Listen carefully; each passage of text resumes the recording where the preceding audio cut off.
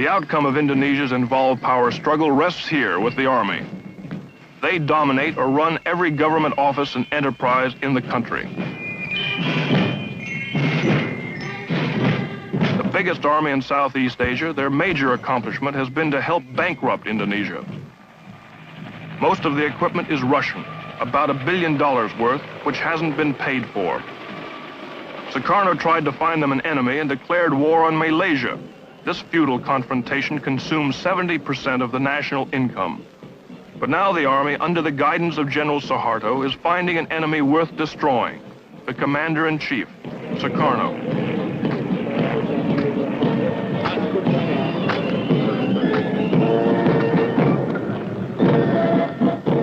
Many of the officers have wanted to eliminate Sukarno for months.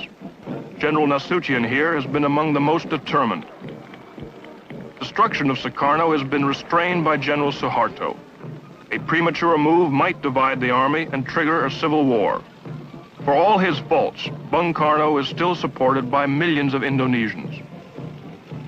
So amidst all this plotting, Sukarno viewed his bankrupt army and addressed his dissident officers.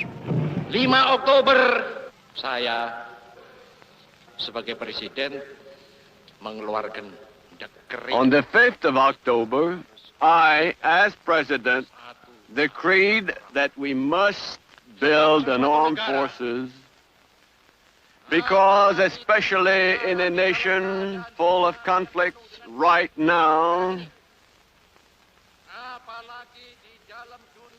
in a world full of imperialists and anti-imperialists training at each other,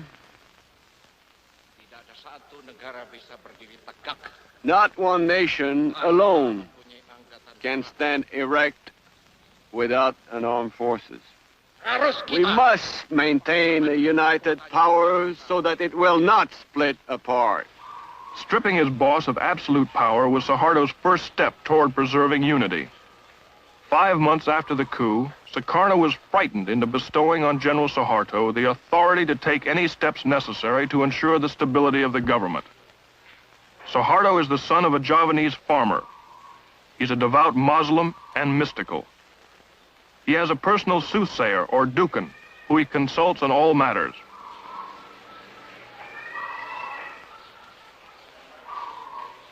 An authentic hero in Indonesia's War of Independence, he considers himself a soldier, not a politician. Unlike Sukarno, his most lurid art object is this patio fountain statue. And he has only one wife.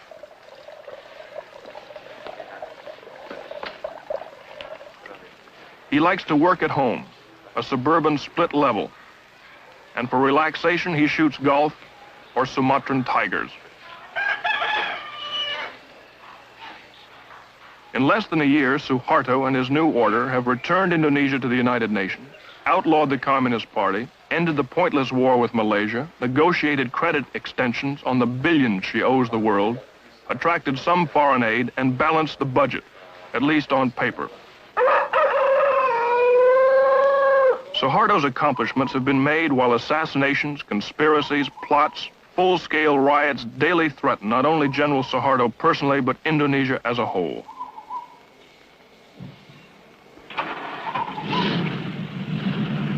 With a minimum of fanfare, almost stolidly, Suharto patiently, step by step, pursues his mission of bringing stabilization and order to Indonesia.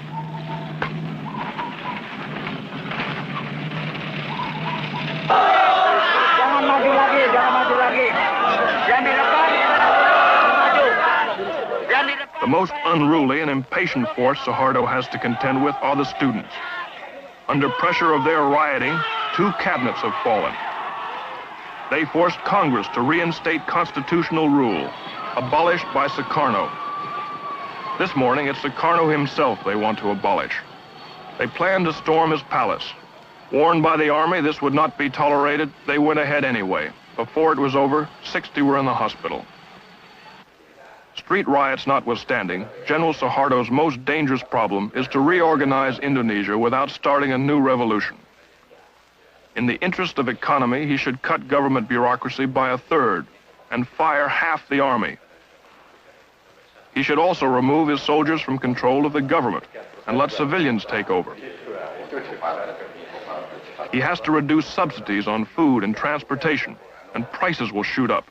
It's all political suicide, and in Indonesia, political suicide is not a figure of speech. Here's how it went in October, when the people expressed their opposition toward the Sukarno government. This is a classic situation again of war among friends. The Army and the students are both united in their effort to get rid of Sukarno. But in this case, the Army has to take a position in a bloody one against the students in order not to protect Sukarno, but to try to keep anarchy off the streets of Indonesia, which has had so much of this bloodshed in the last year. You can hear the thumps of these rocks as they come winging in. So far, no soldiers have been hit.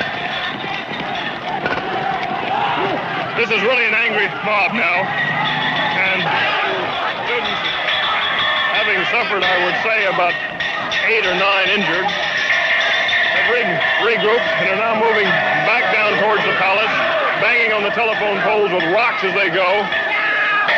They've mixed violence with music all morning. Between the rock throwing and the scuffling, they keep singing their revolutionary anthem. You can hear now. Okay, here they go again.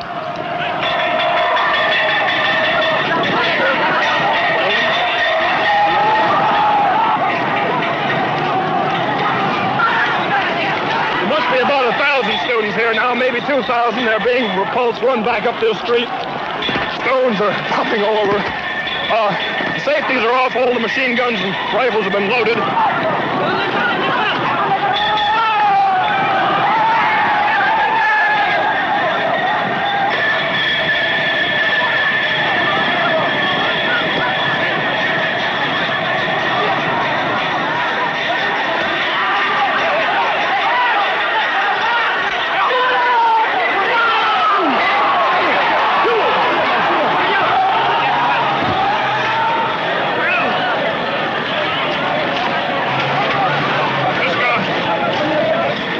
Hit over the back of the head by a rifle butt. I think his neck is broken. I'm afraid he's... I am blessed. My name is Zamsi. Is there a doctor here? I am blessed. Get a doctor! Get a doctor! I am blessed. You're a press, I understand that. Go to my mother. This man, he's a member of the student press, the commie press. He was stabbed with a bayonet. Hold him over here.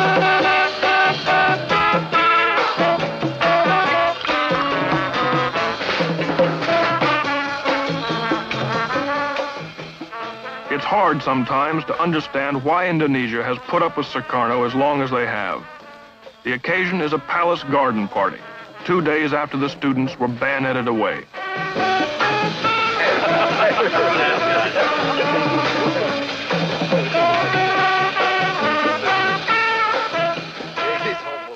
The cynicism of the whole affair is illustrated here. Mrs. Adam Malik is the wife of the new foreign minister, and he is Sukarno's foremost opponent.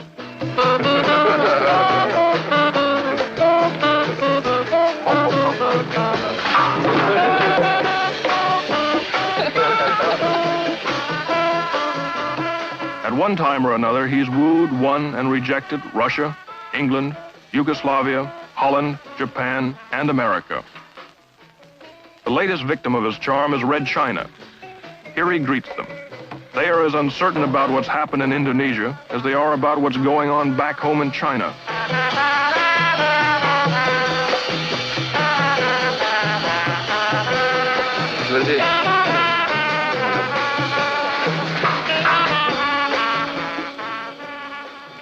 Sukarno's great talent has been his ability to make friends into enemies and fools out of everyone.